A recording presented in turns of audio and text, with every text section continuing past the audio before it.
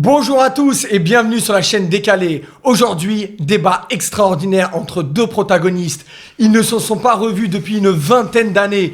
Ils se sont rencontrés il y a 20 ans sur le jeu rigolo.com. Et maintenant, est-ce que vous êtes prêts à faire ce débat exceptionnel entre Soso et le lama caché? In the party.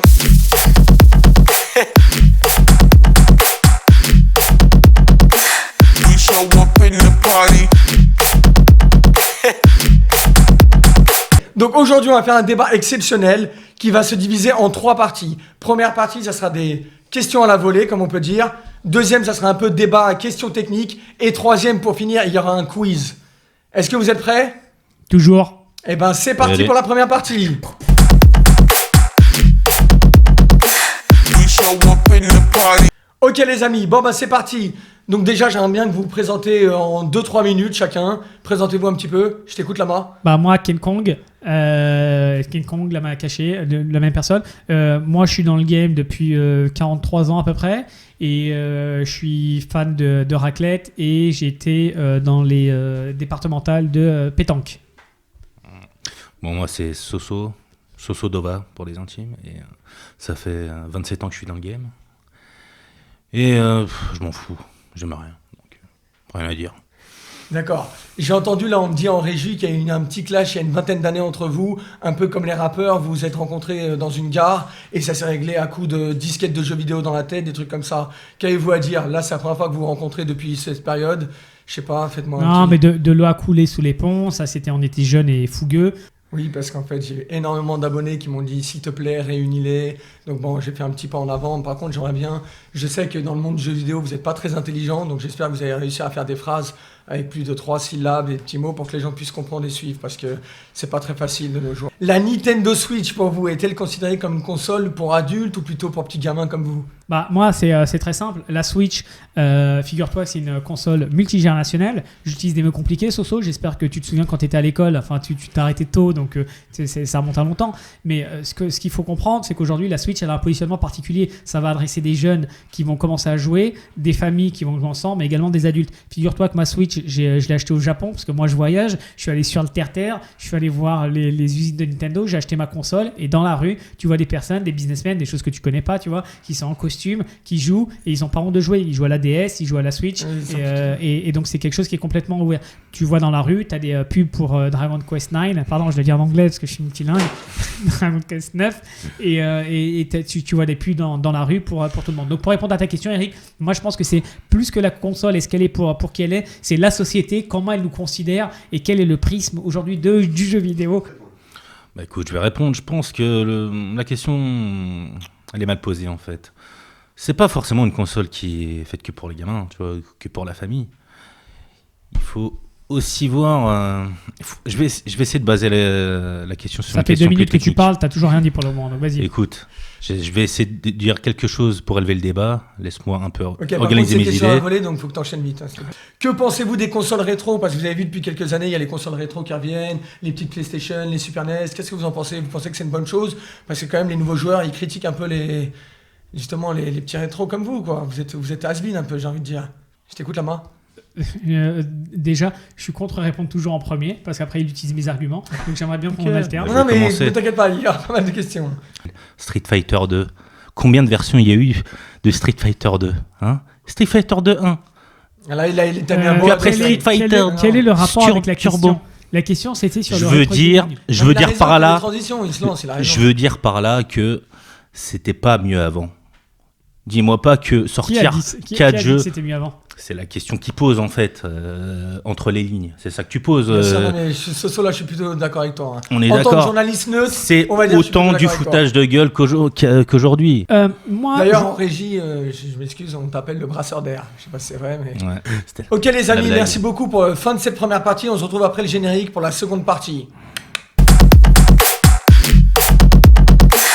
We show up in the party. Par contre, petit changement de plan. Le lama caché est parti et il se fait remplacer par le ninja caché. Bonjour ninja caché. je vais bien, je viens d'arriver. Je suis en face. Explique-nous ton parcours, qu'est-ce qui s'est passé avec Ken Kong? Bah non, c'est un pote à moi, donc il devait aller, il avait des business à faire, donc je l'ai remplacé, il m'a demandé si je pouvais venir, et de toute façon il m'a dit que c'était en face de ce somnifère, donc je me suis dit pas de souci pour faire un débat contre lui. Ok. Bon, alors là, sur le chat, on reçoit quelques questions comme ça. Alors, croyez-vous en Stadia et quelle place aura-t-elle, selon vous, dans le monde du jeu vidéo? Allez, Soso. Stadia surfe sur la mode du dématérialisé, comme on en avait parlé il n'y a pas si longtemps. Bon, le problème, c'est que Stadia, le lancement était catastrophique. On a pu voir ça. C'est d'où ma question, est-ce que tu y crois? On ne demande pas de faire un débat de philosophe, on te demande de répondre à une question. Enfin, je sais pas. Laisse-moi répondre à la question et arrête de prendre ce ton condescendant, ça commence à me taper sur le système. Parce que moi j'ai des choses à dire. Donc tu parles de Stadia, je pense qu'il faut regarder un peu ce qui se passe sur le marché. Il y a deux révolutions qui sont en train de se passer depuis ces dernières années dans le milieu du gaming. La première, c'est une révolution technologique et la deuxième, c'est une révolution de business model. La révolution technologique, c'est qu'on a tous Internet du haut débit, pas tous. Alors là, j'ai toujours ma petite collection de clochards parce que je suis un gilet jaune et j'ai mon petit 3G et j'ai du mal à finir la fin de mois, d'accord, mais la plupart à la maison, ils sont capables d'avoir des téléphones. En gros, t'es un ninja jaune. Si d'accord, ils ont des téléphones à 1000 balles et puis ils ont des chaussures à 3000 euros. Bon, bref, donc t'as une connexion rapide, tu peux streamer tes jeux vidéo, on va en parler dans une minute. Soso, maintenant j'ai une seconde question pour toi, parce que on en avait parlé sur le chat. Est-ce que les développeurs sont-ils plus créatifs qu'avant? Qu'est-ce que t'en penses? Plus créatifs qu'avant, ils ont plus de moyens surtout, en fait. Avec plus de moyens, tu peux faire beaucoup plus de choses, tu vois. Créer de nouveaux modèles 3D, créer de nouveaux moteurs 3D, tu peux faire pas mal de choses avec le fric. Dans les années 90, dans les jeux rétro, les mecs, ils devaient faire avec ce qu'ils avaient, tu vois. Ils avaient pas non plus d'une grille décente. Qu'est-ce que t'en penses, Ninja? Attends, je me réveille parce que je m'étais endormi. Je suis tiraillé entre ta question de merde et puis la réponse ennuyeuse. Donc je crois que je vais passer sur cette question. Ok, là j'ai une question. Alors en coulisses, on m'a dit par rapport au Ninja caché. Enfin, c'est plutôt Soso qui m'a balancé ça avant le débat. Il m'a dit Zelda, c'est un peu le jeu pour les gens frustrés, tu sais, les gens qui passent, alors tu passes 120 ans dessus, mais en fait c'est très facile. Donc c'est plutôt pour les gens mauvais en fait. C'est des trucs de fanboy quoi. Voilà, c'est ça, okay, les fans. Voilà, okay, Ladyboy même, on pourrait dire. Ouais, comme lui quoi. Bon, ouais, voilà. il faut déjà, moi je vous poserai deux questions. Comment noter une œuvre d'art? Est-ce qu'on peut noter une œuvre d'art? Deuxième question, est-il plus facile ou plus difficile pour un gros acteur d'innover? Écoute, de toute façon, ce qui est certain, c'est que si tu regardes, la critique a été unanime, les joueurs ont été unanimes, il a été vendu à 12 350 448 exemplaires à date. Et donc, je veux dire, tu vois, j'ai les chiffres précis. Moi, je suis en contact avec le Japon, avec Nintendo JP. Et puis on voit ça. Et d'ailleurs, le certain nombre de marchés que la suite arrive. La question, c'est pas ce qui mérite d'avoir 20 sur 20. C'est la question, qu'est-ce qui a été fait pour égaler Zelda ou comment est-ce qu'il a influencé le reste. Tu parlais de Red Dead Redemption, c'est clairement inspiré de Zelda Breath of the Wild. Et il y a énormément de jeux qui ont suivi. Et même les manifestations qui existent aujourd'hui, elles ont été inspirées par Zelda. D'où tu penses que ça vient les gilets jaunes? Et le soleil, c'est le jaune. Gilet jaune, manifestation. Ils se battent pour leurs droits. Ce qui se passe aux États-Unis, la crise financière, d'où est-ce que ça vient? Les Zelda, c'est une influence directe parce que les roupies qu'il y a dans les rubis qui existent dans Zelda, il y a une crise. Tu achètes et tu revends dans différentes choses. Tu as de la spéculation qui est possible, tu as du vol qui est possible. Ça, c'est inadmissible. Non, en plus, le mec se fout de ma gueule. Il me prend vraiment pour un clown. Hein. S'il vous plaît, non mais là je suis plutôt d'accord avec lui puisque en fait j'ai lu dans le dernier numéro, le numéro 789 de jeurigolo.com, justement il faisait une référence par rapport aux États-Unis qu'ils avaient influencé sur les Zelda, donc là plutôt il marque un point. Moi, je sais pas, ouais, c'est comme le film Joker qui est sorti, c'est un film pour les gilets jaunes, j'entends tout le temps ces conneries là, tu vois.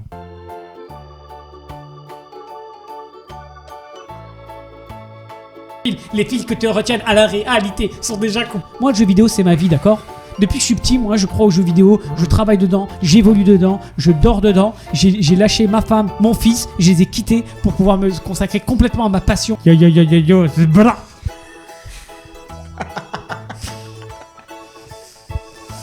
Goura, à bout de katana.